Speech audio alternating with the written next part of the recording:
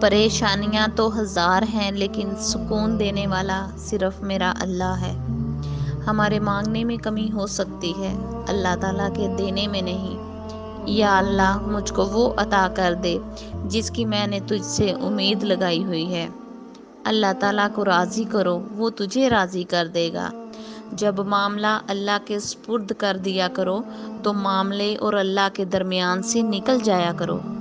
تہجد پڑھا کریں، کوئی نہ بھی ملے تو رب مل جاتا ہے، اگر رب مل جائے تو سب مل جاتا ہے۔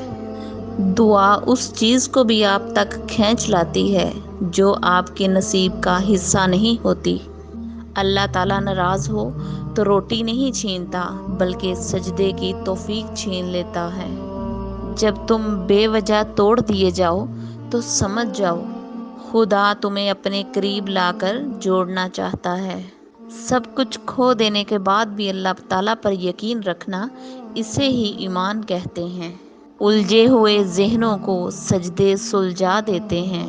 جو قرآن سے جڑ گیا وہ فلاح پا گیا۔ سکون نماز میں اور نصیحت قرآن میں ہے۔ نماز چہرے کا نور ہے اور قرآن دل کا سکون ہے۔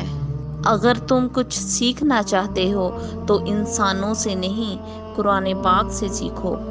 قرآن پاک پڑھا کرو کیونکہ یہ قیامت کے دن اپنے پڑھنے والوں کے لیے سفارشی بن کے آئے گا۔ قرآن کو دیکھو، کھولو، پڑھو، غور کرو اور اسے سمجھو، اسی میں تسکین قلب ہے اور یہی صراط مستقیم ہے۔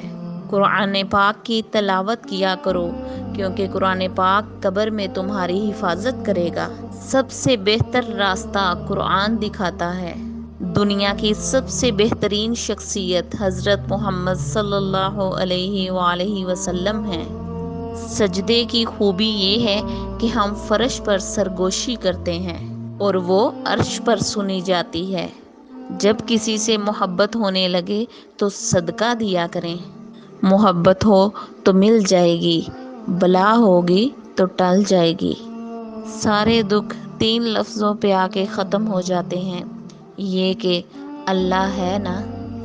محنت کا پھل، مصیبت کا حل اور آنے والا کل سب اللہ کے ہاتھ میں ہے۔ ہماری دعا کبھی رد نہیں ہوتی، اللہ تعالیٰ قرآن پاک میں گواہی دیتا ہے۔